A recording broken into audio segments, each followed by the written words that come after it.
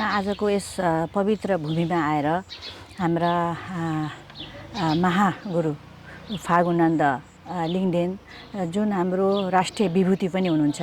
राष्ट्रिय विभूति मात्र नभएर फेरि किराँत समुदायको लागि उहाँ फेरि एउटा पहिचान पनि हो, संस्कृति पनि हो र फेरि सम्पूर्ण नेपालीहरूको लागि चाहिँ उहाँले देखाउनु भएको जुन मार्ग छ त्यो चाहिँ एउटा प्रेरणाको स्रोत पनि हो हैन। उहाँको चाहिँ आज यस्तो पावन भूमिमा आएर चाहिँ जुन शालिग निर्माणका लागि भूमि पूजामा चाहिँ सरिक हुन पाउँदा अत्यन्तै मलाई चाहिँ गर्व चाहिँ महसुस भइरहेको छ। वास्तवमा फागुनन्द लिङ्गदेनज्यू जुन महागुरु हुनुहुन्छ उहाँले देखाउनु भएको मार्ग र उहाँले चाहिँ प्रतिपादन गर्नुभएको यो सत्य धर्म मुचुल्का भन्ने जुन हाम्रो यो सिद्धान्त छ उहाँले प्रतिपादन गर्नुभएको त्यसै चाहिँ वास्तवमा चाहिँ हाम्रो यो समाजलाई चाहिँ एउटा सत्यको बाटोमा हैन, हाम्रो समाजलाई चाहिँ एउटा नैतिकताको बाटोमा र हाम्रो समाजलाई चाहिँ एउटा न्याय र समानताको बाटोमा चाहिँ अघि बढाउन पनि प्रेरित गरेको छ र एउटा सभ्य समाज निर्माण गर्नका लागि किराँती समुदाय मात्र हैन सम्पूर्ण नेपाली समुदायको लागि नै सत्य धर्म मुचुल्का चाहिँ एकदमै अहिले वर्तमान समयमा पनि सान्दर्भिक छ जस्तो मलाई चाहिँ लाग्छ। र यहाँको चाहिँ आज शालिग निर्माणका लागि जुन भूमि पूजा भयो यो फेरि शालिग निर्माण गर्नु फेरि चाँडीचुँडा कुरा पनि होइन हो। शालिग निर्माण गर्दा पुँजीले पनि गर्न सकिन्छ, श्रमले पनि गर्न सकिन्छ, कसैको भूमिकाले पनि गर्न सकिन्छ शालिग निर्माण।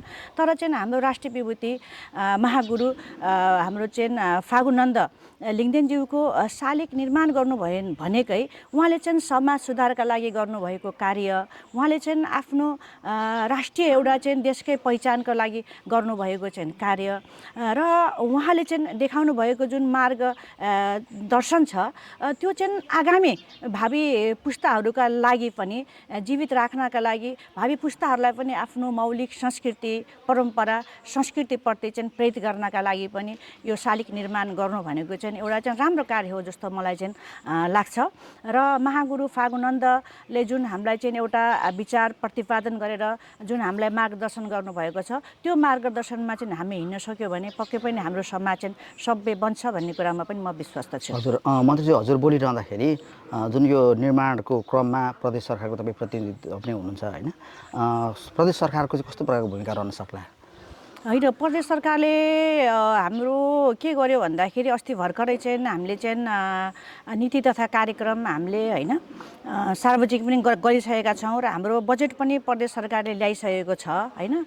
सायद यसभन्दा अगाडि नै होइन बजेट विनियोजनभन्दा अगाडि नै यहाँहरूले चाहिँ होइन अब शालिग निर्माणका लागि होइन मन्दिर निर्माणका लागि कुनै पनि पहल गर्नुभएको थियो भनेपछि सायद त्यहाँबाट पनि बजेट विनियोजन गरिन्थ्यो होला। र प्रदेश सरकारले चाहिँ हरेक हाम्रो चाहिँ यो धर्मलाई, हरेक संस्कृतिलाई, हरेक हाम्रा चाहिँ यो मौलिक हाम्रा चाहिँ चाडपर्वहरूलाई चाहिँ संरक्षण गर्नका लागि, प्रबन्धन गर्नका लागि कोशी प्रदेश सरकार चाहिँ प्रतिबद्ध छ।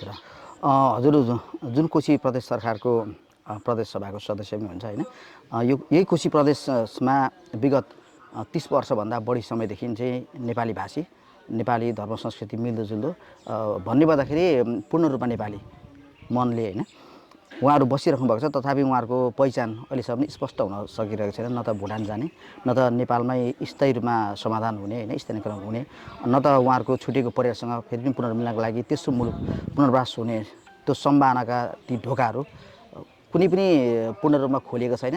ढकढकाउनलाई उहाँले धेरै ढकढकाइसक्नु भएको छ भर्खरै नयाँ सरकारलाई पनि र योभन्दा विगतको धेरै परिवर्तन भएको सरकारहरूलाई, पूर्व प्रधानमन्त्रीज्यूहरूलाई पनि भेटघाट भइसकेको छ।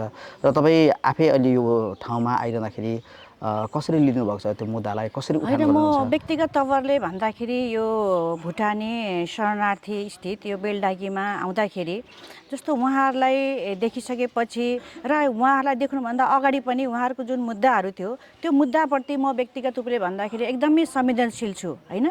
किनकि यहाँ बेलडाँगीमा रहनुभएका भुटानी शरणार्थीहरूसँग हामी नेपालीहरूको भाषा मिल्छ, जात मिल्छ, धर्म मिल्छ, संस्कार मिल्छ, परम्परा मिल्छ, सबै मिल्छ होइन। त्यस कारणले गर्दाखेरि पनि म भावनात्मक रूपले मेरो व्यक्तिगत तरिकाले उहाँप्रति म एकदमै संवेदनशील छु।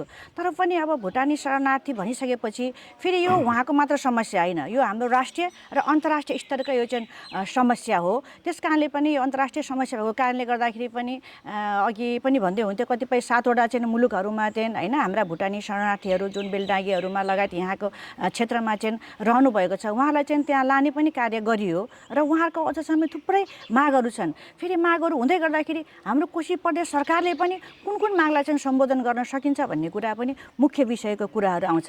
जस्तै यहाँको रहन सहनहरूमा होइन, त्यस्तै गरी यहाँलाई कुनै अब भनौँ न आधारभूत जस्तै अब खान, जस्तै गरी लाउन बस्न केही समस्या पर्यो भनेपछि कोशी प्रदेश सरकारले चाहिँ हेर्न सक्छ होला। तर कतिपय उहाँहरूले उठाउनु भएको इस्युहरू छ, त्यो मुद्दाहरू छ, यो चाहिँ एउटा चाहिँ राष्ट्रिय अन्तर्राष्ट्रिय स्तरकै तरिकाले चाहिँ सम्बोधन गर्नुपर्ने कारणले गर्दाखेरि प्रदेश सरकारले चाहिँ यहाँले जति पनि यहाँले इस्यु उठाउनु भएको छ त्यसको लागि चाहिँ सङ्घीय सरकारसँग चाहिँ समन्वय गर्नका लागि चाहिँ तयार छ भन्ने कुराहरू पनि म जानकारी गराउन चाहन्छु। भनेपछि प्रदेश सरकारले केन्द्र सरकारलाई होइन समन्वयको लागि तपाईँले अब आउने समयमा कोशी प्रदेशको प्रदेश सभामा आवाज उठाउनुहुन्छ भन्ने कुरामा यो त एकदमै यहाँ रहनुभएको अघि पनि मलाई कुरा गर्दै हुनुहुन्थ्यो होइन, यहाँहरूको समस्या छ, जुन यहाँहरूको मुद्दाहरू छ त्यो मुद्दालाई चाहिँ म कोशी प्रदेश सरकार समक्ष पुर्याएर चाहिँ उहाँहरूको जति पनि मागहरू छ त्यो मागलाई चाहिँ मैले राख्ने चाहिँ मैले प्रयत्न गर्नेछु र कोशी प्रदेश सरकारले पनि मलाई विश्वास छ उहाँले चाहिँ यहाँहरूको मुद्दाहरूलाई मागहरूलाई चाहिँ पुनः फेरि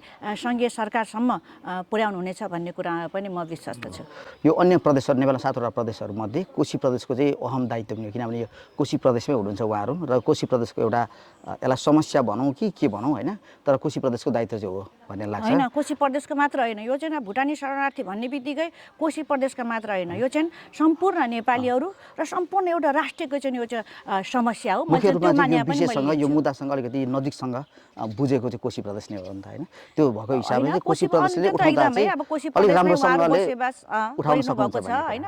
कोशी प्रदेशमै बसिराख्नु भएको छ, त्यसप्रति कोशी प्रदेश सरकार त भुटानी शरणार्थीप्रति एकदमै संवेदनशील छ। तर पनि कोशी प्रदेश सरकारले पनि कतिपय भुटानी शरणार्थीको कुरा गर्न सक्छ, गर्न सक्दैन, त्यो सबै हेर्नुपर्ने हुन्छ होइन। त्यस कारणले गर्दाखेरि कोशी प्रदेश सरकारले पनि गर्न सक्ने कुरा गर्छ र आफूले गर्न नसक्ने कुरालाई चाहिँ सङ्घीय सरकारसम्म चाहिँ पुर्याउँछ।